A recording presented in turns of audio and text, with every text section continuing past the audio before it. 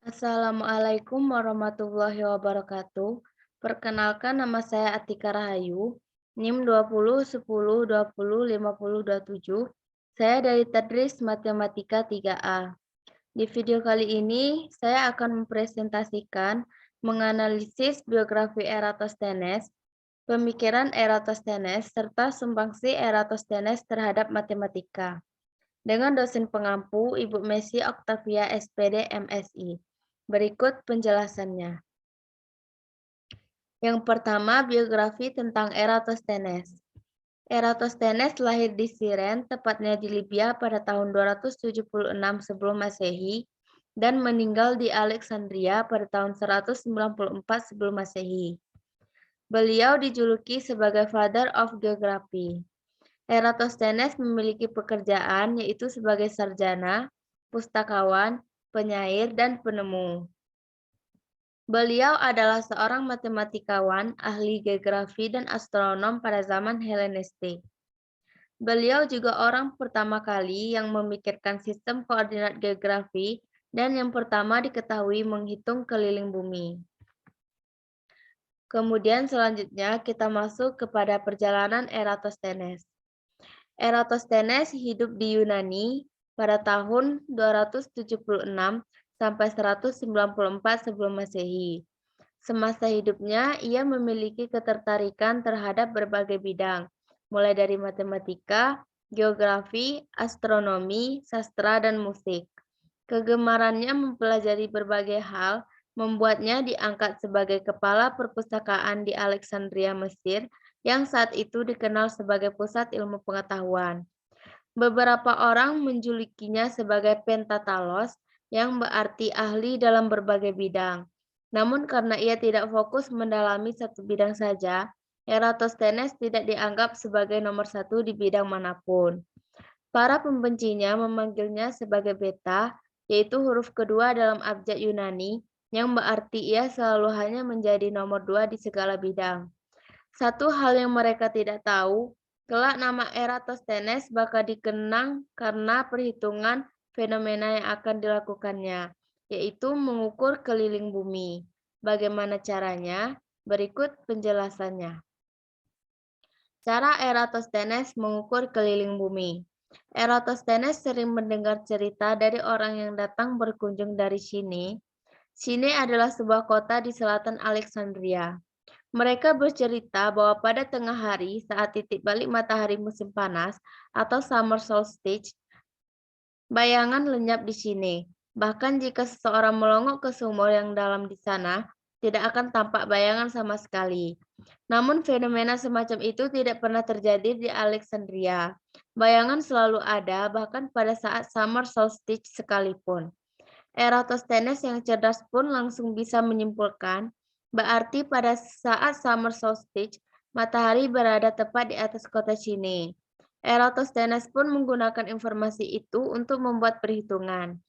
Pada saat tengah hari summer solstice, Eratosthenes mengukur panjang bayangan sebuah pilar di Alexandria dan membandingkannya dengan tinggi pilar tersebut menggunakan rumus sederhana, yaitu geometri sederhana. Ia bisa menentukan bahwa sinar matahari membentuk sudut 7,2 derajat terhadap puncak pilar tersebut, atau sekitar 1/50 dari sudut satu lingkaran 360 derajat. Selanjutnya, Eratosthenes pun menyimpulkan bahwa sudut 7,2 derajat tersebut pasti sama dengan sudut yang dibentuk antara kota Alexandria dan sini terhadap pusat bumi. Maka logikanya jarak kedua kota tersebut pasti sama juga dengan 1/50 dari keliling bumi. Karena Eratosthenes mengetahui bahwa jarak kedua kota adalah 5.000 stadia, maka yang perlu ia lakukan tinggal mengalihkan 5.000 stadia dengan 50, dan didapatlah angka 250.000 stadia. Jika dikonversi ke ukuran modern, itu kira-kira sama dengan 40.000 kilometer. Nah, berapakah keliling bumi yang sebenarnya? Perhitungan modern menunjukkan bahwa keliling bumi melalui kutub tepatnya adalah 40.008 km. Meskipun hanya bermodal rumus matematika sederhana dan tanpa alat canggih, perhitungan Eratosthenes terbukti sangat akurat. Selain sukses mengukur keliling bumi, Eratosthenes juga berhasil menghitung kemiringan sumbu rotasi bumi. Ia juga merancang sistem garis lintang dan garis bujur peta bumi, dan menemukan bahwa periode revolusi bumi adalah 365 1/4 tahun, sehingga tahun kabisat yang terdiri dari 365 hari perlu diterapkan setiap 4 tahun sekali. Kemudian pemikiran Eratosthenes. Yang pertama, menentukan bilangan prima. Kemudian mengukur jarak matahari ke bumi. Kemungkinan pengukuran jarak matahari ke bumi sekarang disebut sebagai satuan astronomi dan jarak bulan. Kemudian pengukuran inklinasi bidang eliptika hingga mencapai ketelitian 7 menit busur. Kemudian katalog bintang 675 bintang, namun saat sekarang tidak dilestarikan. Kemudian peta rute pelayaran di Sungai Nil hingga sejauh Khartoum. Selanjutnya peta dunia yang diketahui saat itu, yaitu dari Kepulauan Britania hingga Sri Lanka dan dari Laut Kaspia hingga Ethiopia. Hanya Hipparchus, Strabo, dan Ptolemy yang dapat membuat peta yang lebih akurat pada masa klasik dan post-klasik. Kemudian sejumlah karya dalam teater dan etika, dan yang terakhir yaitu sebuah kalender dengan tahun kabisat, di mana dia berusaha menentukan sejumlah tanggal pasti dan hubungan dari berbagai macam event politik dan literatur pada masanya hingga ke masa Perang Troya. Kemudian kita masuk kepada saringan Eratosthenes. Eratosthenes merancang cara cepat untuk mencari semua bilangan prima. Ini adalah proses yang disebut sebagai saringan Eratosthenes. Idenya adalah untuk menemukan bilangan dalam tabel yang merupakan kelipatan dari suatu bilangan dan karenanya disebut komposit lalu dibuang dari bilangan prima. Bilangan yang tersisa akan menjadi bilangan prima.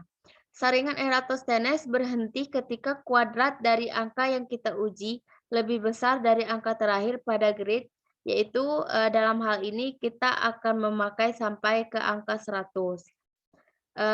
Berarti kita hanya menggunakan sampai angka 10, karena jika kita menggunakan angka 11, jika 11 dikuadratkan, maka hasilnya sama dengan 112 atau sama dengan 121.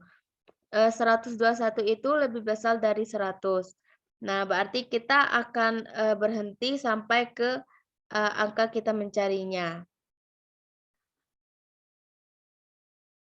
Yang pertama, kita mulai dengan menempatkan angka dari 1 hingga 100 dalam tabel yang seperti ini. Dengan cara ini sangat mudah untuk melihat pola yang dibuat oleh kelipatan setiap angka. Untuk 1 yang bukan bilangan prima, kemudian kita akan mencari kelipatan kedua dan menyisakan 2. 2-nya tidak kita masukkan karena dia kelipatan 2, 2-nya tidak kita masukkan. Oleh karena itu kita tahu bahwa ia hanya memiliki pembagi 1 dan 2, dan oleh karena itu dia adalah bilangan prima. Semua nomor yang kita soroti akan menjadi gabungan. Pernahkah Anda melihat pola indah yang dibuat oleh bilangan genap? Kemudian sekarang dari bilangan yang tersisa kita mencari kelipatan 3 dan melihat padanya yaitu kecuali 3 karena 3 itu adalah bilangan prima. Cara yang mudah untuk melakukannya adalah dengan menghitung bertiga atau menghitung kelipatan 3, kemudian kita akan mendapatkan pola menarik lainnya setelah selesai. Kemudian sekarang waktunya kita mencari kelipatan kelima.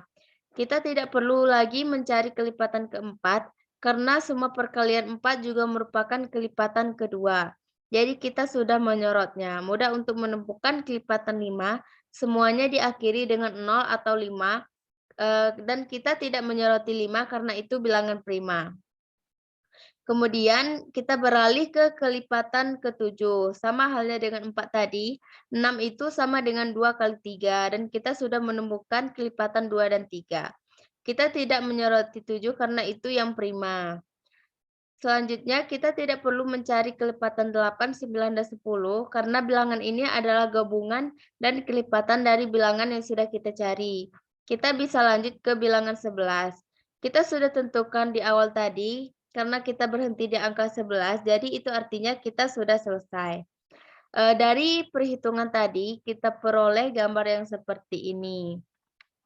Untuk mengetahui bilangan prima, dia itu selain yang di atas 10 dia berwarna merah itu bukan bilangan prima. Berarti yang termasuk bilangan prima dari angka 1 sampai 100 yaitu ada 2, 3, 5, 7, 11, 13, 17, 19, 23, 29, 31, 37, 41, 43, 47, 53, 59, 61, 67, 71, 73, 79, 83, 89, 97, 101, 103, 107, 109, dan 113. Untuk tabel yang di sini dia sampai 120, tapi untuk perhitungan kita yang di awal tadi yaitu sampai angka 100. Demikianlah penjelasan dari saya. Jika terdapat kesalahan dan kehilapan, saya mohon maaf.